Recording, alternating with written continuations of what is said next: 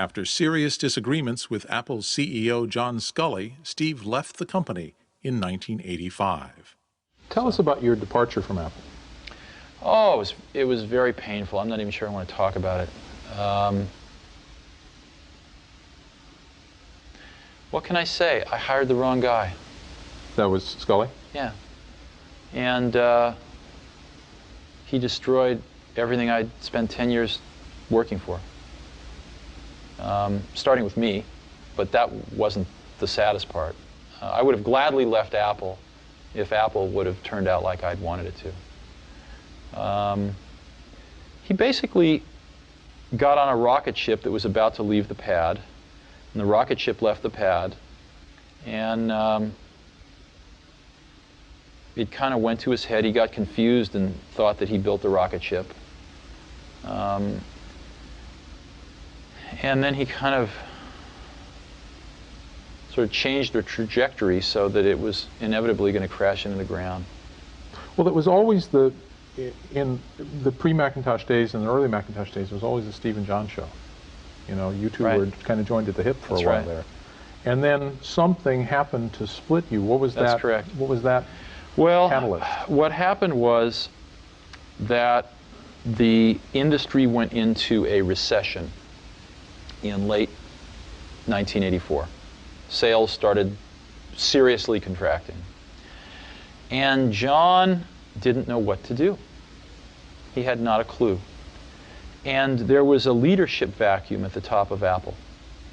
There were fairly strong general managers running the divisions. I was running the Macintosh division. Somebody else was running the Apple II division, etc. There were some problems with some of the divisions. There was a person running the storage division that was completely out to lunch, and a bunch of things that needed to be changed.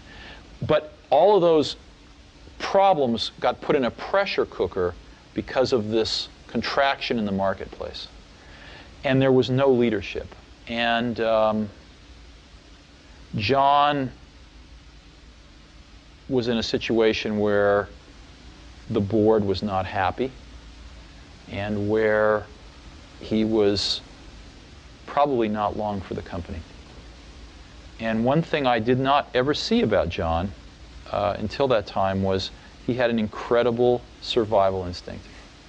Somebody once told me, this guy didn't get to be this, the president of PepsiCo without these kinds of instincts. And it was true. And John decided that a really good person to be the root of all these problems would be me. And so we came to loggerheads. And John had cultivated a very close relationship with the board, and they believed him.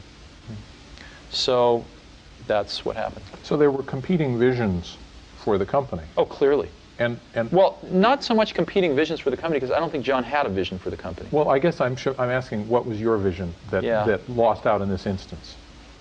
It wasn't an issue of vision. It was an issue of execution, in the sense that my belief was that Apple needed much stronger leadership to sort of unite these various factions that we created with the divisions, that the Macintosh was the future of Apple, that we needed to rein back expenses dramatically in the Apple II area, that we needed to be spending very heavily in the Macintosh area, things like that.